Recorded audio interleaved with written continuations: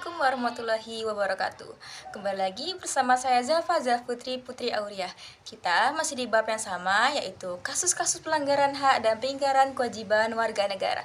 Tapi di video kali ini kita akan bahas materi yang keempat, yaitu penanganan pelanggaran hak dan pelanggaran kewajiban warga negara. D. Penanganan pelanggaran hak dan pelanggaran kewajiban warga negara. Dalam subbab kali ini kita akan membahas dua materi, yaitu yang pertama, upaya pemerintah dalam penanganan kasus pelanggaran hak dan pelanggaran kewajiban warga negara, dan membangun partisipasi masyarakat dalam pencegahan terjadinya pelanggaran hak dan pelanggaran kewajiban warga negara. Kita masuk ke dalam pembahasan yang pertama, yaitu upaya pemerintah dalam penanganan kasus pelanggaran hak dan pelanggaran kewajiban warga negara.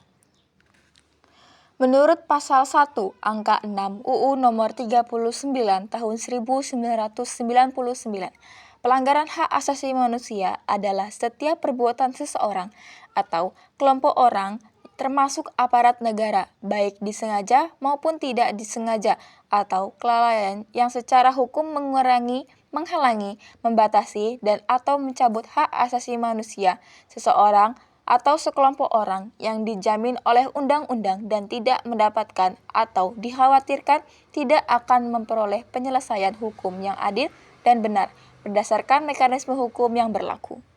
Berbagai upaya telah dilakukan bangsa Indonesia untuk mengatasi pelanggaran hak asasi manusia. Upaya tersebut antara lain terlihat dengan meratifikasi instrumen-instrumen penting PBB tentang hak asasi manusia. Instrumen-instrumen itu antara lain sebagai berikut.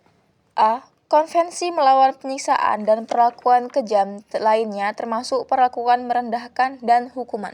B. Konvenan Internasional untuk Hak Politik dan Hak Sipil. C. Konvensi penghapusan segala bentuk diskriminasi terhadap wanita. D. Konvensi Internasional penghapusan segala bentuk diskriminasi ras. E. Konvenan Internasional untuk Hak Ekonomi, Sosial, dan Budaya. F. Konvensi Hak-Hak Anak. Dengan ratifikasi ini, negara diwajibkan untuk memastikan pemenuhan dan perlindungan HAM terhadap warga negaranya. Terkait dengan hal ini, ada 3 kewajiban besar negara. Ketiga kewajiban tersebut adalah sebagai berikut. A. Kewajiban untuk melindungi HAM dengan memberikan jaminan perlindungan dan mencegah segala bentuk pelanggaran terhadap hak asasi manusia. B. Kewajiban untuk menghormati dan memasukkan HAM dengan mengeluarkan regulasi, kebijakan, atau peraturan yang tidak bertentangan dengan nilai, norma, dan aturan hukum HAM. C. Kewajiban untuk memenuhi HAM dengan mengalokasikan anggaran, menyusun program, dan membuat kebijakan-kebijakan dalam suatu konteks, yaitu menjamin pemenuhan hak asasi manusia. Setiap warga negara dapat berjalan dengan baik tanpa gangguan dan ancaman dari pihak manapun. Keseriusan negara Indonesia untuk meningkatkan standar perlindungan atas hak asasi manusia kemudian terlihat pada Ketetapan Majelis Permusyawaratan Rakyat Nomor 17 MPR 1998 mengenai hak asasi manusia pada 13 November 1998. Upaya penanganan kasus pelanggaran hak asasi manusia semakin terlihat, antara lain dengan diterbitkannya hal-hal berikut. A. UU Nomor 39 Tahun 1999 tentang HAM. B.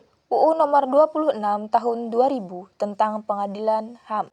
C. UU Nomor 23 Tahun 2002 tentang Perlindungan Anak.